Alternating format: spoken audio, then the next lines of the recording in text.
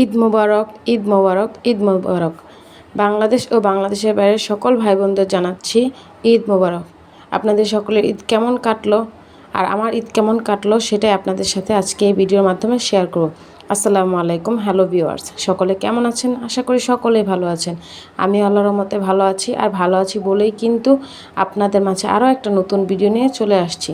তো আজকে ঈদের দিন ছিল, ঈদের দিন কি করলাম সেটাই আপনাদের সাথে শেয়ার করব। আর আপনাদের ঈদ কেমন কাটলো সেটা কমেন্ট বক্সে অবশ্যই বলে। তো আজকে ঈদের দিনে কি রান্না করলাম সেটাই আপনাদের সাথে শেয়ার করব। সারাদিন ঈদটা কেমন কাটলো সেটাই আপনাদের সাথে শেয়ার করব। তো প্রথমেই দেখতে পাচ্ছিলেন আমি এখানে 2 ধরনের সেমাই রান্না করলাম। তো আসলে আমি বাংলা সেমাইটা ভুনা করে খাই, তো অন্য সেমাইটা আমার ভালো লাগে না। তো আবার লাচ্ছি সেমাইটা আপনাদের ভাইয়া খুবই পছন্দ করে, সেজন্য তার জন্য লাচ্ছি সেমাইটা রান্না করতে হয়।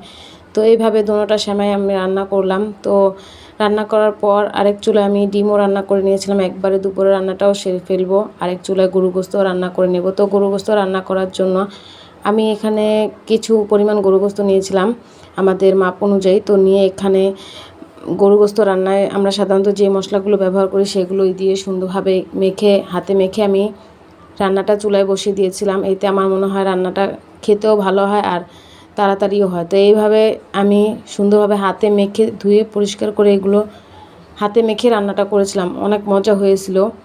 তো এইভাবে রান্না করলে আশা করি ভালো লাগে, আপনারাও করতে পারেন। তো ঈদের দিন আমি যা করছি সেটা আপনাদের সাথে শেয়ার করছি, আর আপনারা অবশ্যই বলে যাবেন আপনাদের ঈদ কেমন কাটলো। ঈদ মোবারক আবারও জানাই আপনাদেরকে। তো এই পর্যায়ে আমার গরু গোস্তটাও আমি চুলায় বসিয়ে দেব। তো তারপর এখানে এসে আমি ঘরটাও গুছিয়ে নিয়েছিলাম। তো নতুন একটা চাদর বিছালাম, কেমন হচ্ছে অবশ্যই বলবেন। তারপর আমি আমার মেয়েকে গোসল করালাম, গোসল করানোর পর মেয়েকে সুন্দরভাবে রেডি করে দিচ্ছিলাম। আমার মেয়েটা এতই খুশি হয়েছিল, আমার মেয়েকে যখন আমি চুড়ি পরাচ্ছিলাম তখন ও খুবই হাসতেছিল। তো ওরে বলতেছিলাম, আম্মু তুমি ক্যামেরার দিকে তাকাও, ক্যামেরার দিকে তাকাও। ও কিছুতেই ক্যামেরার দিকে তাকাতে চাচ্ছিল না। তো দেখেন পরে কীভাবে ক্যামেরার দিকে তাকায়, দেখলে অবশ্যই হাসবেন। ওরা এত বলতেছিলাম যে ক্যামেরার দিকে তাকাও, ক্যামেরার দিকে তাকাও, তখন ও ক্যামেরার দিকে তাকাইছে।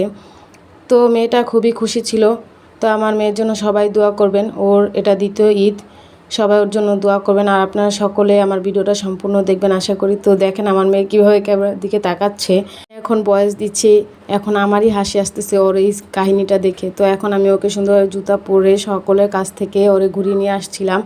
তো সকলকে ও ঈদ মোবারক করে আসছে। তো এখন প্রায় বিকেলের সময় একটু আম্মাখা করেছিলাম, আম্মাখা করে খাচ্ছিলাম। আর এটাই প্রথম আম্মাখা খাচ্ছিলাম, খুবই ভালো হয়েছিল, কাসুন্দি দিয়ে মেখে খেয়েছিলাম।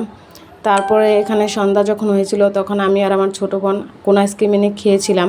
তো আজকের দিনটা মোটামুটি আলহামদুলিল্লাহ খুবই ভালো কেটেছে। সকলে আমার মেয়ের জন্য দোয়া করবেন, ইনশাআল্লাহ আপনারা সকলে আমার ভিডিওটা দেখবেন। আজকের ভিডিওটা এই পর্যন্তই, আল্লাহ হাফেজ।